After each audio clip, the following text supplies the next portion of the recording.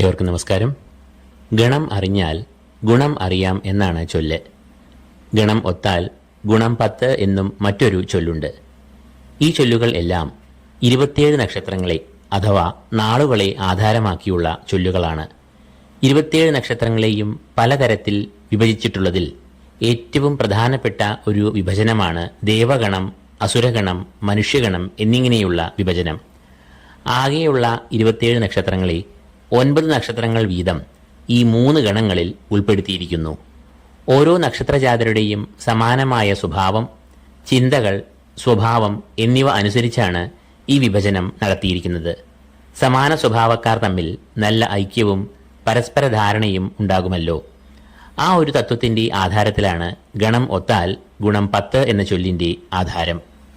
ഇന്ന് നമുക്ക് ദേവഗണങ്ങളിൽ പെടുന്ന 9 നക്ഷത്രക്കാരുടെ സ്വഭാവരീതികളും മാനസിക വ്യാപാരങ്ങളും പ്രവർത്തന രീതികളും എന്തെല്ലാമാണെന്ന് കാണാം.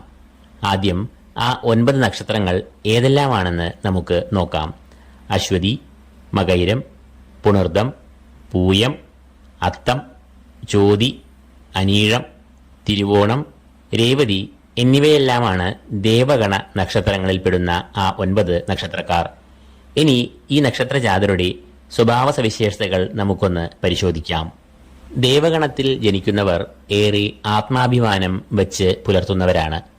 തന്റെ സ്വാതന്ത്ര്യത്തിനും അഭിമാനത്തിനും ആരെങ്കിലും എതിരു നിന്നാൽ ഇവർ രൂക്ഷമായി അതിനെതിരെ പ്രതികരിക്കും. സ്വതന്ത്ര ചിന്ത, സ്വന്തം കാലിൽ നിൽക്കാനുള്ള ആഗ്രഹം എന്നിവ ഇവരിൽ മുന്നിട്ട് നിൽക്കും. മറ്റുള്ളവരെ ആശ്രയിക്കുക എന്നത് ഇവർക്ക് വല്ലാതെ അഭിമാനക്ഷതം വരുത്തുന്നു. തങ്ങളുടെ തീരുമാനങ്ങളിൽ അടിയുറച്ചു നിൽക്കുന്നവരാണ് ഇവർ. താൻ പുലർത്തുന്ന ആദർശം നിലനിർത്തുവാൻ വേണ്ടി ഏറെ കഷ്ടനഷ്ടങ്ങൾ പോലും ഇവർ അനുഭവിക്കാറുണ്ട്. മറ്റുള്ളവർക്ക് നല്ല പിന്തുണ, അംഗീകാരം എന്നിവ ഇവർ നൽകും. മറ്റുള്ളവരുടെ മനസ്സിനെ കുത്തിനോവിക്കുന്ന ഒരു പ്രവൃത്തിയും ഇവരുടെ ഭാഗത്തു നിന്ന് ഉണ്ടാകാറില്ല. എന്നാൽ ഇവർ വളരെ സെൻസിറ്റീവായ ആളുകളാണ്. നിസ്സാരമായ ഒരു കാര്യം മതി ഇവർക്ക് ഇണങ്ങാനും പിണങ്ങാനും. അതുപോലെ ചെറിയ കാര്യങ്ങൾക്ക് പോലും ടെൻഷൻ അടിക്കുകയും ചെയ്യും. ഇവരുടെ ഒരു മുഖമുദ്ര ഇവരുടെ ആത്മാർത്ഥതയാണ്. ഇവർ സ്നേഹബന്ധങ്ങളിൽ അങ്ങേയറ്റം ആത്മാർത്ഥത പുലർത്തുന്നു. എന്നാൽ ആ സ്നേഹം അതേ അളവിൽ ഇവർക്ക് പലപ്പോഴും തിരികെ കിട്ടാറില്ല. അത് ഇവരെ ഏറെ നിരാശർ ആക്കാറും ഉണ്ട്. ഇവർ ഒരുപാട് പ്രതീക്ഷകൾ, ആഗ്രഹം എന്നിവ വച്ചു പുലർത്തുന്നവരാണ്. സഹായ മനോഭാവം, അനുകമ്പ, സഹാനുഭൂതി എന്നിവ വളരെയധികം പുലർത്തുന്നവരാണ് ഇവർ. എന്നാൽ ഇത് മറ്റുള്ളവർ മുതലെടുക്കാറുണ്ട് എന്നതാണ് സത്യം. ആരെങ്കിലും ഒരു സഹായം അഭ്യർത്ഥിച്ചാൽ അത് നിരസിക്കാൻ ഇവർക്ക് വയ്യ എന്നുള്ളതും ഇവരുടെ ഒരു ദൗർബല്യം തന്നെയാണ്. ഏർപ്പെടുന്ന ഏത് കാര്യവും അതീവ ചാരുതയോടെ ഇവർ ചെയ്തു തീർക്കും. ഇവർ മറ്റുള്ളവരെ നന്നായി ബഹുമാനിക്കുന്നു. എന്നാൽ അതേസമയം ആ ബഹുമാനം തിരികെ പ്രതീക്ഷിക്കുകയും ചെയ്യുന്നു. ദേവഗണത്തിൽ ജനിച്ച ഈ നക്ഷത്രജാതർ മറ്റുള്ളവരെ പെട്ടെന്ന് ആകർഷിക്കും. അവരുടെ ശ്രദ്ധ അതിവേഗം പിടിച്ചെടുക്കും. ഇവരുടെ കുലീനമായ പെരുമാറ്റം, സഹാനുഭൂതി എന്നിവയാണ് ഇവരെ ഇത്രയും ആകർഷണീയം ആക്കുന്നത്. എന്നാൽ പുകഴ്ത്തിയാൽ ഇവർ മറ്റുള്ളവരുടെ മുഖസ്ഥിതിയിൽ പെട്ടെന്ന് പെട്ടുപോകും. അത് മുതലെടുത്ത് പലരും ഇവരെ ചതിയിലും വഞ്ചനയിലും പെടുത്താറും ഉണ്ട്. തൊഴിൽ മേഖലയിലും ഇവർ അങ്ങേയറ്റം ആത്മാർത്ഥത പുലർത്തുന്നവരാണ്. ഉന്നതങ്ങളായ ആശയവും ആദർശവും മുറുകെ പിടിക്കുന്നവരും ആ ആദർശങ്ങളുടെ ദേവരഥത്തിൽ സഞ്ചരിക്കുന്നവരുമത്രേ ഈ ദേവഗണക്കാർ. പ്രതികൂലമായ അവസ്ഥയിലും സ്വന്തം ആദർശങ്ങളിൽ നിന്നും കടുകിട മാറാത്ത ഇവരെ പ്രായോഗികമായി ചിന്തിക്കാത്തവർ, സ്വപ്നലോകത്ത് വിഹരിക്കുന്നവർ എന്നെല്ലാം മുദ്ര കുത്താറുണ്ട്. ബി പ്രാക്ടിക്കൽ എന്ന് ഇവരോട് എത്ര പറഞ്ഞാലും ഇവർ തങ്ങളുടെ മാനസിക വ്യാപാരങ്ങളിൽ മായം ചേർക്കാനൊന്നും നിൽക്കാറില്ല.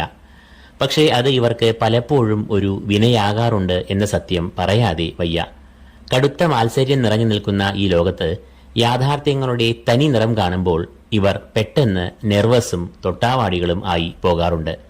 ജീവിതപാതയിൽ നേർവഴി മാത്രം സ്വപ്നം കണ്ടു നടക്കുന്ന ഇവർക്ക് മുന്നിൽ വളഞ്ഞു പൊളഞ്ഞതും കല്ലും മുള്ളുകളും നിറഞ്ഞ പാതകൾ കാണുമ്പോൾ, അനുഭവങ്ങൾ നേരിടുമ്പോൾ ഇവർ ദുർബലരായിത്തീരുന്നു. അതിനാൽ ജീവിതയുദ്ധത്തിൽ പടപൊരുതി വിജയം നേടുന്നതിനേക്കാൾ സമരമുഖത്ത് നിന്ന് ഒഴിഞ്ഞു മാറുവാനാണ് ഇക്കൂട്ടർ പൊതുവെ ആഗ്രഹിക്കുക. അതുകൊണ്ടുതന്നെ സമാധാനപ്രേമികൾ എന്ന് ഇവരെ നമുക്ക് പൊതുവായി വിശേഷിപ്പിക്കാം. ഈ ദേവഗണക്കാർ നേരിടുന്ന ഒരു പ്രശ്നം അവരുടെ ദീർഘദർശിത്വം ആണ്. കാര്യങ്ങളെ മുൻകൂട്ടി കാണുന്നതിൽ തെറ്റില്ല. പക്ഷേ അത് ഒരു പരിധി കടന്നാൽ മനസ്സിൽ ആശങ്കകൾ, ടെൻഷൻ എന്നിവ വളർത്തും. വന്നു ഭവിക്കുവാൻ പോകുന്ന നേരിയ സാധ്യതയുള്ള പ്രശ്നങ്ങളെ പോലും ഇവർ പർവ്വതീകരിച്ച് കാണുന്നു. തുടർന്ന് അതേക്കുറിച്ചോർത്ത് ഏറെ ആശങ്കാകുലർ ആകുന്നു. ചിലപ്പോൾ ആ പ്രശ്നങ്ങൾ ഇവരെ ബാധിക്കുക പോലും ചെയ്യാതെ അങ്ങ് അകന്ന് പൊയ്ക്കൊള്ളും. അപ്പോൾ വെറുതെ ചിന്തിച്ചതും ആശങ്കപ്പെട്ടതും മാത്രം മിച്ചമാകും. ഇത് ഇവർക്ക് മാത്രമല്ല പ്രശ്നം സൃഷ്ടിക്കുന്നത്, അവരുടെ ഒപ്പം കഴിയുന്നവർക്ക് കൂടിയാണ്. ദേവഗണങ്ങളിൽ പ്രധാനിയായ ദേവന്മാരുടെ നായകനായ ദേവേന്ദ്രൻ എന്ന ഇന്ദ്രൻ ഇതിന് ഏറ്റവും വലിയ ഒരു ഉദാഹരണമാണ്. ആരെങ്കിലും എവിടെയെങ്കിലും തപസ് അനുഷ്ഠിച്ചാൽ ദേവേന്ദ്രന് വെപ്രാളം തുടങ്ങുകയായി. തന്റെ ഇന്ദ്രസിംഹാസനം തട്ടിയെടുക്കാനായിരിക്കുമോ തപസ് അനുഷ്ഠിക്കുന്നത് എന്നായി പിന്നെ ഇന്ദ്രന്റെ ചിന്ത. പിന്നെ അത് എങ്ങനെ തടയുമെന്ന് തല പുകഞ്ഞ് ചിന്തിക്കും. തുടർന്ന് ഇന്ദ്രന് വന്ന് പിണയുന്ന ആപത്തുകൾ 100 പുരാണ കഥകളിൽ നമ്മൾ വായിച്ചിട്ടുണ്ട്. അതിനാൽ ദേവഗണത്തിൽപ്പെടുന്ന ഇക്കൂട്ടർ ഒരു കുഴിയാനയെ ആനയായി കാണാതെ കുഴിയാനയായി മാത്രം കാണുക. അപ്പോൾ തന്നെ മനസ്സിന് ഏറെ സ്വസ്ഥതയും ശാന്തതയും എല്ലാം കിട്ടും. ഗുണങ്ങളെ സത്വഗുണം, രജോ ഗുണം, തമോ ഗുണം എന്നിങ്ങനെ 3ആയി തരംതിരിച്ചിട്ടുണ്ട്. അതിൽ സാത്വികതയോട് ഏറെ ചേർന്ന് നിൽക്കുന്ന കൂട്ടരാണ് ഈ ദേവഗണത്തിൽപ്പെടുന്ന നക്ഷത്രക്കാർ. ത്രിഗുണങ്ങളും ഒത്തുചേർന്നവരാണ് നാം മനുഷ്യർ. എങ്കിലും ദേവഗണക്കാരെ മറ്റ് 2 ഗുണങ്ങളെയും അപേക്ഷിച്ച് നയിക്കുന്നത് സാത്വികമായ ഗുണങ്ങളും സാത്വികമായ ചിന്തകളുമാണെന്ന് ജ്യോതിഷ ഗ്രന്ഥങ്ങൾ, ആചാര്യന്മാർ എന്നിവർ പറയുന്നു. അപ്പോൾ ഈ എപ്പിസോഡ് ഇവിടെ അവസാനിക്കുകയാണ്. അസുരഗണങ്ങളിൽ പെടുന്ന 9 നക്ഷത്രജാതരുടെ സ്വഭാവ സവിശേഷതകളുമായി നാം വീണ്ടും കാണും വരെയും ഏവർക്കും നന്ദി, നമസ്കാരം.